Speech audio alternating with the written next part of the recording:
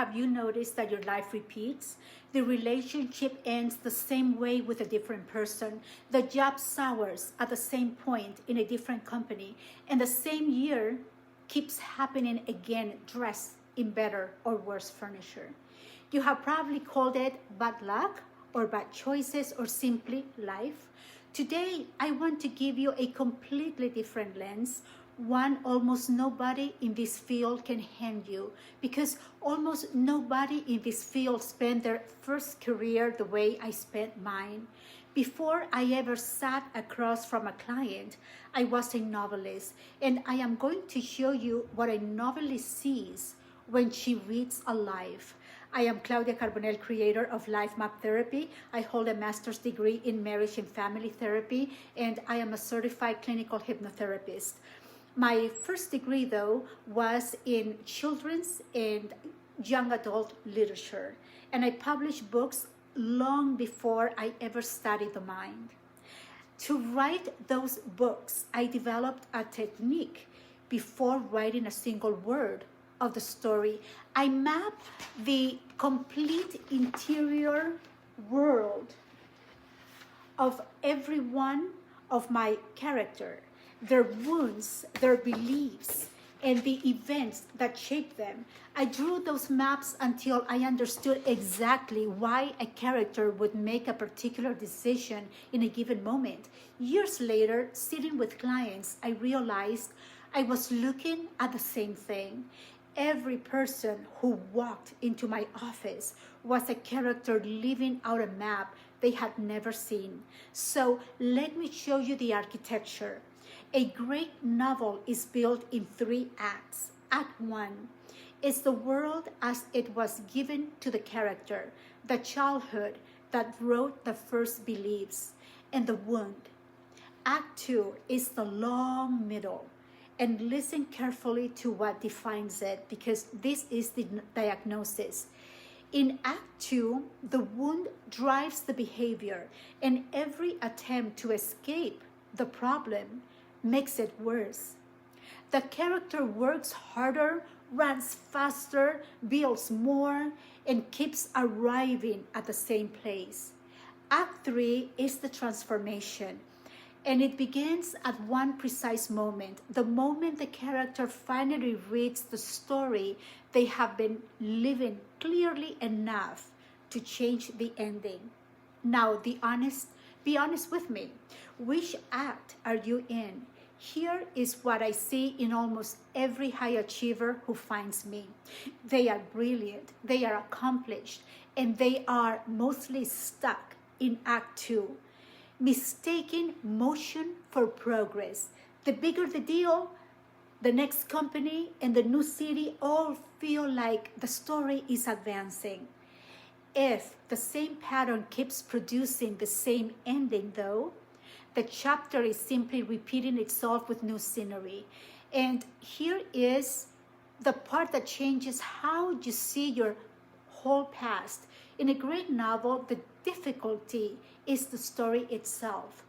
The antagonist pressing against the protagonist is the very force that reveals what the protagonist is made of. The reader always knows this, and the character almost never does.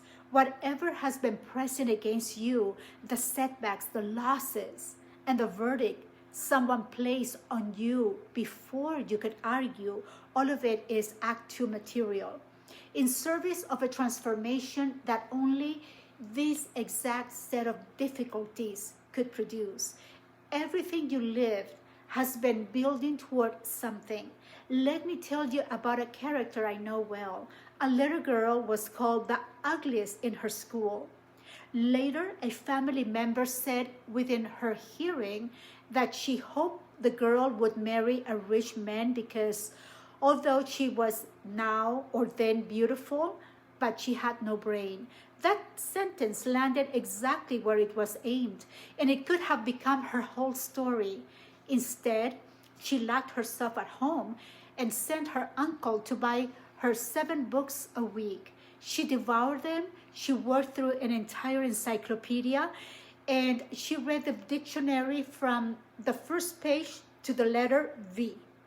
Along the way, she discovered that inventing stories came to her like recognition.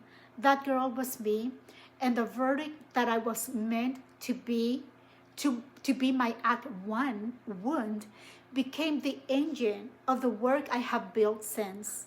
Wounds do that once you finally read them correctly. So let me help you read yours. Here are 3 questions. Answer them with me right now. 1. What is the pattern that keeps repeating in your life? You pass the surface event and find the shape of it, then say it in 1 sentence, like a plot summary.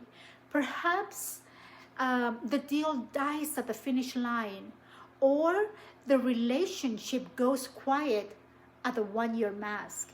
Whatever it is, name the shape. 2. If your life were a novel and you were the reader instead of the protagonist, what would the reader be shouting at your character right now? Readers always see it. They shout, "Can't you see what he's doing? And can't she see why this keeps happening?" What would they be shouting at you? 3. What did your character decide about themselves in Act 1? Somewhere in the early chapters, a verdict was accepted as fact. Maybe it was, she is the responsible one, or he is the one who never gets to want things. Find the sentence, because it is there. Whatever surface, understand what just happened. You step outside the character and read the story, and that is the exact move that begins Act 3. Act 3 begins with reading and then with rewriting, because the research is definitive that the adult brain rewrites its pathways for as long as you live. I watched my own son step out of a 12-year Act 2 that nearly killed him. Read his story, rewrite it, and become one of the top 5 salespeople out of 5,000 in his company. The ending stays open until you write it. A great life ends with 1 line. I lived it and it was worth it. That line gets written in Act 3, and Act 3 begins with the day you read your own map. My book, Heal Your Pain, Overcome Your Challenges, Find Yourself, walks you through your whole story, decade by decade, act by act. Every chapter opens with a fable I wrote, because I still believe a story reaches places an explanation will never touch. The link is below. If this lens changed something for you, subscribe. And if you already know you are stuck in Act 2 and you want someone to sit beside you and read the map, I keep my practice to 5 people only, because this work takes everything I have. Find me at lifemaptherapy.com. I am Claudia Carbonell, creator of Life Map Therapy, and I will see you in the next one.